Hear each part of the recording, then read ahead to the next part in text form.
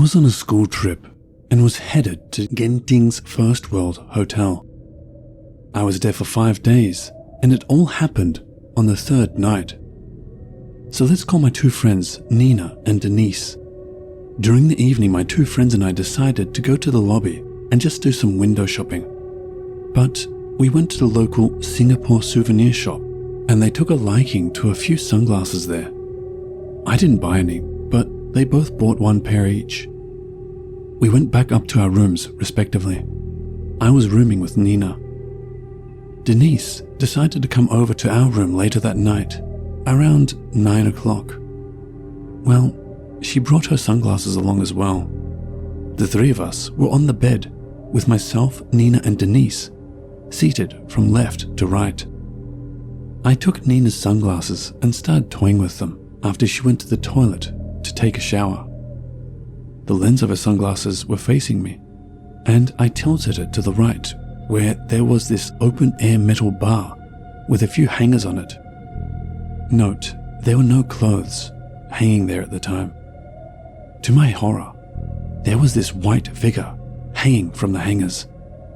I could vividly see the shape of her tattered white gown and long, disheveled black hair, which was covering her face.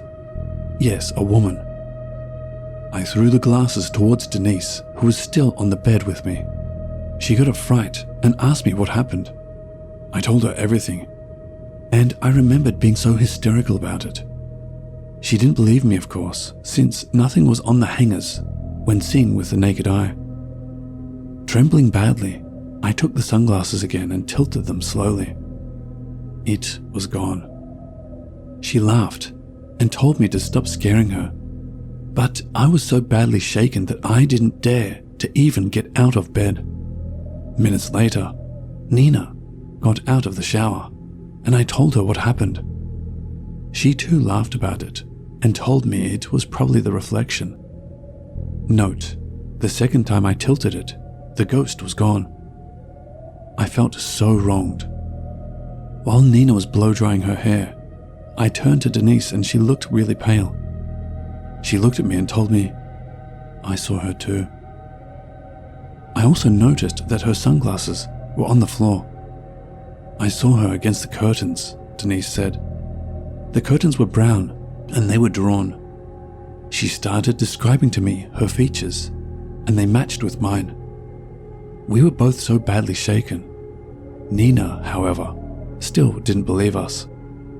That night, Denise went back to her room, leaving Nina and I alone. She was fast asleep by 10:30, but I was still wide awake, beside her, trembling.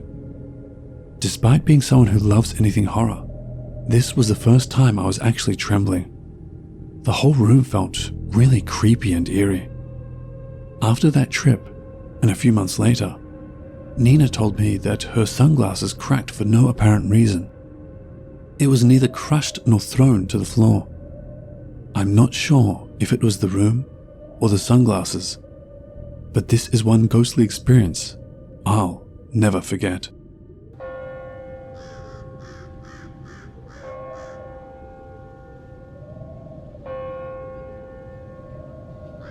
Okay, well, here goes. This happened a long time ago, but I still remember. It's about an apartment at Bedok North, Block 541. A lot of scary things happened there. My grandpa died in 1997, so after his death, my grandma took my 2 aunts and 3 uncles and moved into an apartment, which was just upstairs. It had only 2 bedrooms, with a little cemented backyard in the back, even though it wasn't on the ground floor. My grandma, my 2 aunts, and my youngest uncle shared 1 bedroom, and my 2 older uncles shared the other. It was said that in the apartment my grandma moved into, a girl of about 5 to 7 years fell from one of the bedroom's windows. One day my aunt was in my grandma's room, playing Barbie. She played for a while, but then she decided to go outside to play with some of her friends. While she was on her way out, she saw that in my uncle's room, a boy was playing video games. She thought that it was probably my youngest uncle, so she ignored him and just walked into the living room. When she got to the living room, my youngest uncle was out there. She asked him if he was playing video games in the bedroom, but he said he wasn't. So she got scared. Another time when it was just my 3 uncles, 2 aunts and me home in the apartment. It was pretty late, so we decided to go to sleep, but then someone started knocking on the door. Nobody wanted to get it because it was so late already. Then the knocks got louder. My eldest uncle and I got mad, so both of us went to go check, but no one was there. Both of us went back and got ready to go to sleep, but it started again. This time it was louder. It was like that person was dead mad or something. My older uncle went back to check it, and again, no one was there. So we got mad and started cussing at it. After that, everyone tried to go to sleep, but this time the knock was at the back door, which was all glass. My 2 older uncles went to go check, but still, nothing, nor was anyone there. So everyone decided to go to sleep in my grandma's room, and my oldest uncle put a knife under his pillow. In my culture, to scare a ghost away, put a knife under your pillow, or hang a purple corn next to you. Another time, one of my grandma's aunts, around her age, came to visit her. It was pretty late and everyone was sleeping except her, because she came from such a long way. She wanted to watch some movies that my grandma had, so it was only her awake. She decided to sleep outside in the cemented backyard. She told us that while she was watching a movie, she heard someone say, "Sister-in-law, come on, let's go." The voice kept on telling her to go. So she got mad. She knew that at the time no kids would still be playing around, so she yelled back in anger, "Go find your sister-in-law somewhere else. I am not your sister-in-law." Then she looked, and it was a cat. The next few days, the old man next door to my grandma died. Yeah, all of these are true. I'm still freaking out while I'm typing all of this. Even though this was a long time ago, I'm still scared. My youngest aunt, the one who saw the boy, was always seeing stuff, and she was always feeling crushed by someone while she was sleeping.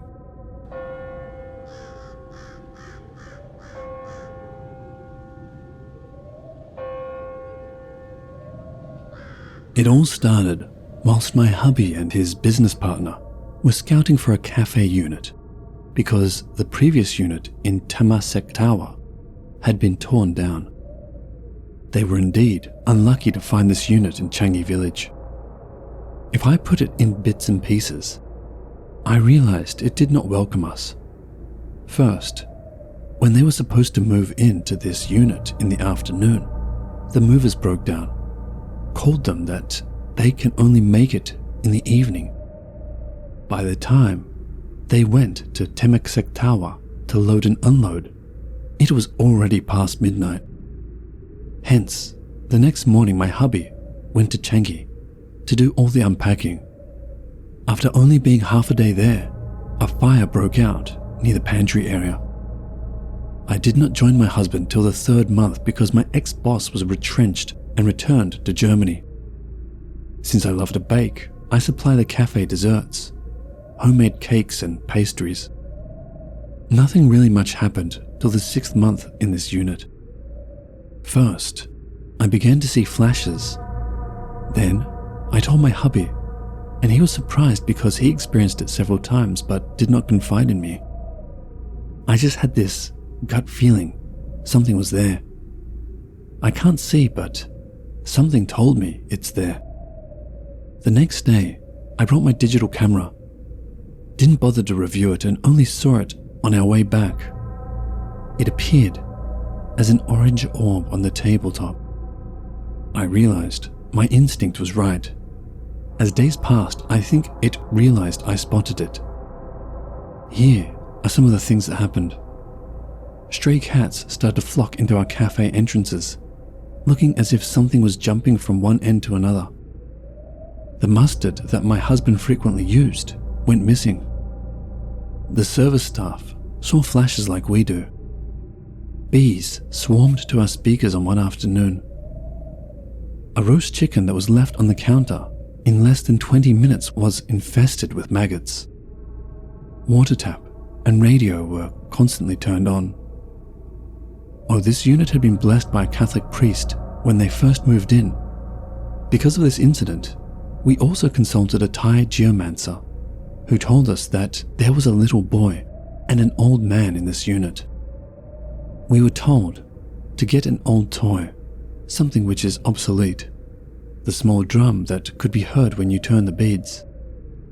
During our last leg here, we were terribly drained with many other freaky incidents and bad business that we decided to give the shop up. Although 2.5 years had passed, I had not given up my research. Recently, believe it or not, this psychic from Canada contacted me after looking at my photos. She told me, through the pictures, this unit was cursed. Something happened in the 60s. A massive fire started and killed many lives there. She seemed to be able to connect to some souls. It seemed they were trapped, unable to pass on. There was also this eerie photo which I took for my hubby as a memento, in which a blade-like object appeared.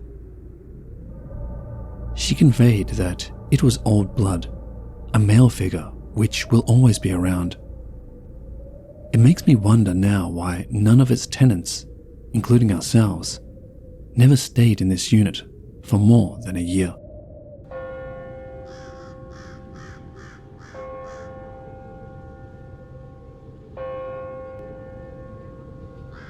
Many would have heard of Sunway College and Monash University's Malaysian campus. They are situated on a joint campus in Bandar Sunway, a suburb of Kuala Lumpur.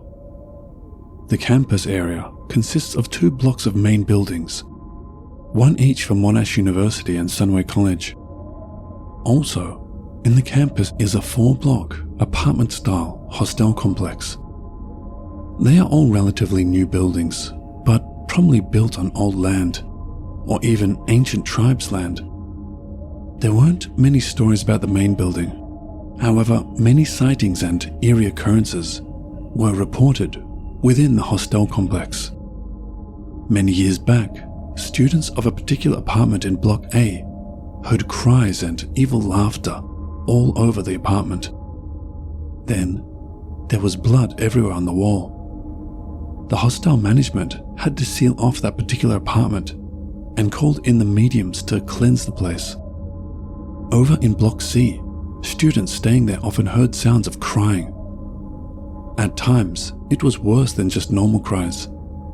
The cries can be so high-pitched, it drives everyone crazy, not to mention petrified. Also, many reported to have heard babies' cries as well. Many students reckoned there was a mother crying for her lost baby. Almost every other apartment in the hostel is haunted. When I stayed there some years back, my hostel apartment mate, Luke, had a personal experience once. Luke stayed in the extension room, partitioned with sandboards. One night, Luke was half asleep when he felt someone pull his blanket away. At the same time, he heard a scratching sound on the sandboard wall beside him. He stayed still for a while, trying to figure out what it was. He called out to see if there was someone on the other side of the wall, but no one answered. Instead, the scratching stopped. He told us the story, but we all dismissed it by saying it was probably some insect or rats. On another occasion, he was sleeping soundly one night until he felt someone shaking his bed. He opened his eyes, looked around, and found nobody in his room. Nevertheless, his bed was still shaking, and soon there was the same scratching sound on the other side of the wall. He shouted at whatever it was to go away, and it disappeared after a while. These are common stories that are often told throughout the hostel. Nevertheless, there's one particular story that had everyone troubled. In a room on the 5th floor, facing the Monash University building. One girl, let's call her Yen, was looking out of her window one night. In the dark, she saw a figure standing on the rooftop of the building, which is right opposite of her. Yen took a careful look, and even though she couldn't make out how the person looked, she was certain there was someone standing up there. Yen was wondering what that person was up to. That person certainly didn't look like a construction worker or repairman. Yen stared at the figure for a few moments. Then, the figure jumped off the building. Yen got a great shock, and she gave out a soft scream. She looked around, but she couldn't be sure if that person had landed on the ground. She thought she just witnessed a suicide attempt, but she couldn't be sure. After all, it was a dark night. Yen looked up again and saw the figure still up there. She thought she might have been imagining things, but how could that be? She was confused, but she continued looking at the figure. Then, the figure jumped off the roof again. This time, Yen was certain that person did jump, and she was watching the figure falling from the roof until about halfway down when the figure just disappeared. Yen started feeling goosebumps. She looked around the ground area, but she couldn't find any sign of anything. Yen looked up again, and there it was, up on the rooftop again. After a short moment, the figure jumped off again and disappeared in mid-air. Yen turned away and ran out of her room into the next room. She was so scared, she just sat on her friend's bed without a word. Her friend was shocked to see her all pale and in a state of shock. Yen told her what happened after she calmed down. There was no report of any suicide or anyone falling off of the building that night or the next day. Some ex-students claimed there was a construction worker who fell to his death while the Monash University building was still under construction.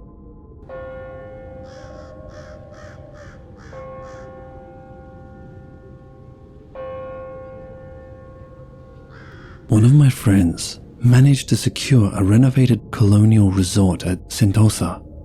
It was one of those sort of corporate-owned mansions, actually. Humongous. Looks damn old at the outside, but the interior was top-notch. It had a very, very nice view. Out of the balcony, you could see Siloso Beach. But other than that, the surrounding was very, very dark and deserted. It's near to the Sentosa holiday resorts, those with air shelters built in front of them. In fact, they were in the same area. I guess some of you guys who visited there should know what I mean by dark and spooky. So we few guys decided to stay for a full week ourselves. The adults left after the 4th day because they grew bored of mahjong and TV.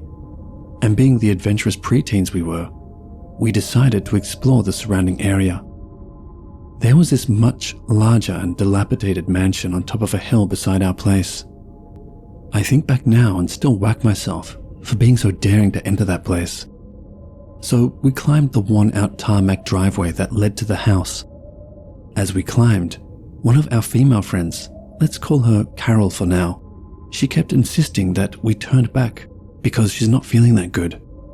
So being the macho guys we are, we mocked her and insisted she come along. Stupid, I know. So we reached the house entrance. It was at least 2 times the size of our mansion, easily 3/4 of a football field.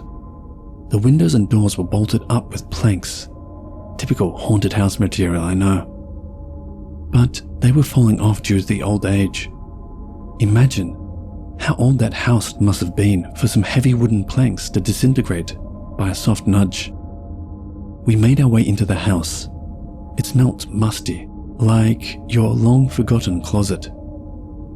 Other than that, the house was practically undisturbed compared to other popular haunted spots.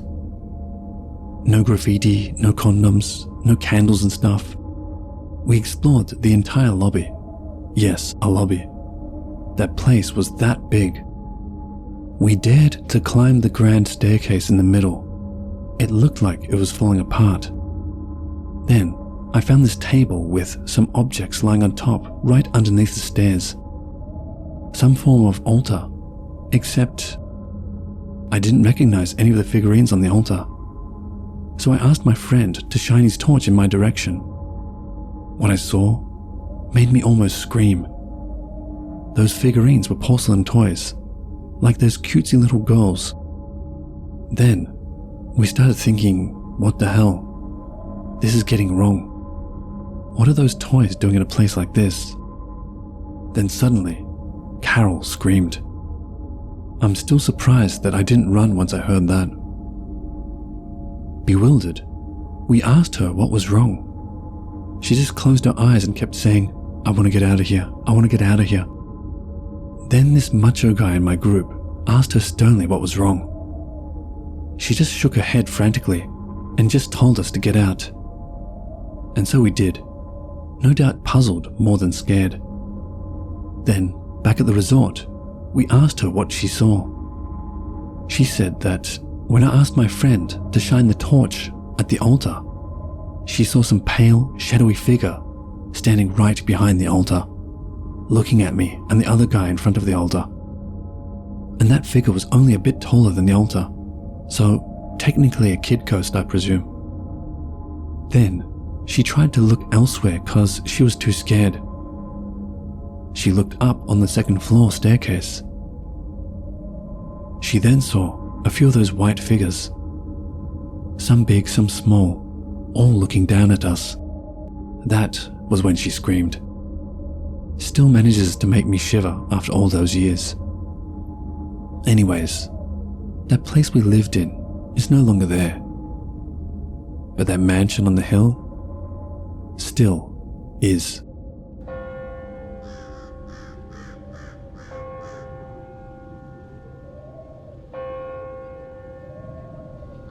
It's been almost 12 years now since it happened, but the memory is still freshly etched in the minds of everyone that experienced it. There were 7 of us, fresh from the battle wounds of the 0 levels, so camping out at East Coast was part of our recuperating treatment. And soon, it became a regular outing, almost every weekend in December 1996. But one of those weekends changed our lives and perceptions of the paranormal forever. It started out as usual. We came early, set up camp near the chalet's tennis courts at around 12. There was a Malay family camping on our right, and on our left, a couple was camping with a bunch of their friends lingering around. Shah and his girlfriend, Herman, Yan, Wan, and me. We were there to set up the tent. Everything goes on as usual. We played soccer in the nearby field and even had fun in the water, swimming and thrashing around beside the water breaker, which is located, coincidentally, beside the campsite. Time always goes by fast when we are having a good time. So before we knew it, Shah and his girlfriend had to leave, and so did Wan. So when nighttime arrived, there was only Herman, Yan, and me. But we were more than happy when Mali and Alham came to join us for the night later in the evening. As I remembered, Mali had just knocked off from his part-time job at Metro and joined us immediately after work. By then Shah and Wan had already left. It was a hot evening, so the last place we wanted to be was in the tent. We were practically doing nothing except lazing around the premises of our campsite. And then, the couple on our left was having a drinking session with their friends, while their radio was blasting inconsiderately. We were just talking and joking among ourselves, reminiscing on the rapidly vanishing memories of our secondary school life, thinking about the teachers and the pranks we pulled. It was past midnight. The mini party on our left had died. The couple had retired to their tent, drunk, and zipped the door all the way up despite the atrociously hot night. The Malay family on our right was trying hard to make their little baby stop crying. The little kid had been crying for quite some time despite attempts to pacify him. We thought it could have been due to the heat. Yan and me just sitting on the mat that we placed outside the entrance of the tent while looking towards the sea with our feet stretched out. Herman, Mali, and Alham were playing Uno. As we were looking out to the sea, we saw a black cat walking along the shore. The baby from the camp on our right is still crying, even louder than before, as if he was really trying to tell us something. Then, Jan laid back on the mat. Our tent was set up beside a tree, such that as we were lazing around on the mat, we are also sheltered under the branches of this huge tree. By then, everyone was lying on the mat, facing the sky, which is partially covered by the branches and leaves of the tree. Suddenly, for no reason, a young leaf fell and dropped on Jan's face. There was no breeze, no gust of wind or anything. The green leaf just dropped graciously on his face. From what I remembered, all of a sudden, Mali instructed us to go into the tent immediately. I still remember how stubborn Alham was being when we told him to go into the tent. He kept asking questions, and it's frustrating to have questions asked when you just can't find a way to explain. By then, everyone was in the tent, except Mali. Mali is special. He has this unique ability to see and communicate with things. And probably the reason why he told us to go into the tent was because of the reasons which are unexplainable by logic.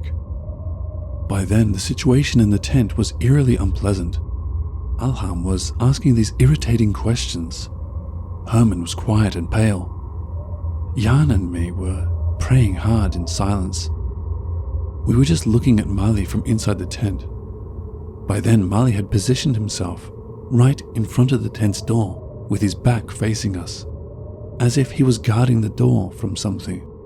He was sitting like a typical bomo, a lighted cigarette in his right hand. He seemed to be in a trance as he bowed his head in silence. A low murmur emanated. Just then, Jan broke his silence. He said he saw something on the tree when the leaf fell on him. That statement kinda shut Alham up, as if he got the answer to everything. And then another awkward silence surfaced, coupled with the eerie murmur from Mali. By then, everyone was in fear. Suddenly, Mali got up. He went around the tent several times and then came back and resumed his initial position. And he hadn't yet spoke another word to us ever since he told us to get into the tent. After a few minutes, which seemed like eternity, he finally returned and faced us. He said the spirits residing in the vicinity of the campsite are angry because it seems some of us have offended them in some way or another. He said he could see a head in the sea looking at us, and another white flying figure sitting on top of the tree beside our tent. The white figure wanted to enter our tent, but he sealed it off with some prayers around the four corners of the campsite, which kind of deter its intentions. The emerging head in the sea is angry with us because it seemed that 3 people had urinated near its residing place. And Mali asked us personally to own up. He wanted to know who among us is guilty of doing that. I raised my hand. So did Jan. We were both guilty of doing that when we were bathing in the sea earlier in the afternoon. The only one missing from the figure is Wan, who had left earlier, even before Mali arrived. He makes the 3rd person guilty of the crime. The flying white figure perching in the tree beside our tent is angry because we have dirtied its residing place by hanging our undies to dry on the tree. It is also angry because it claimed that we have been drinking and engaging in dirty activities in its area. So Mali asked who among us have been guilty of some hanky-panky business before he came. None of us admitted, which is true. None of us did that. There's hardly any girls in the group to begin with for hanky-panky to start in the first place. Suddenly I realized that it might be referring to the camp on our left.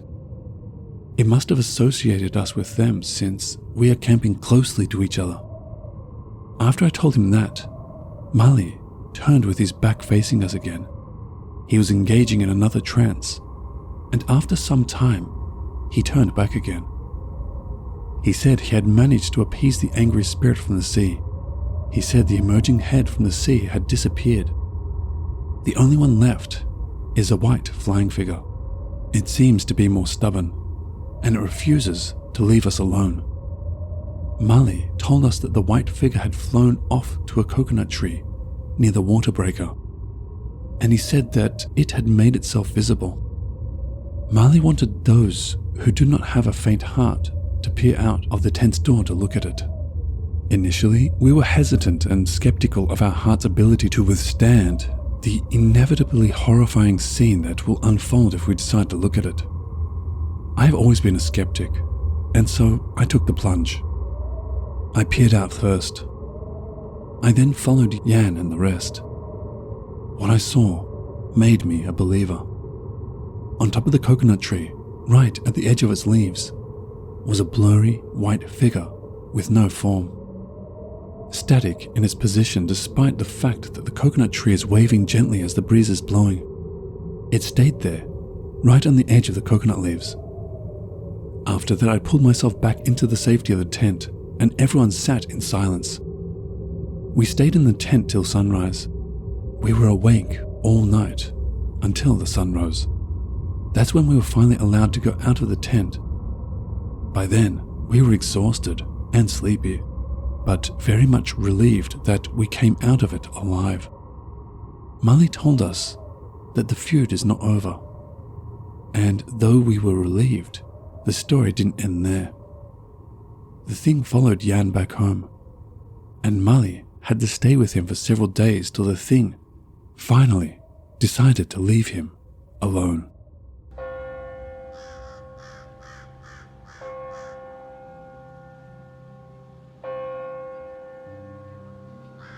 Hello watchers and listeners, thank you so much for watching.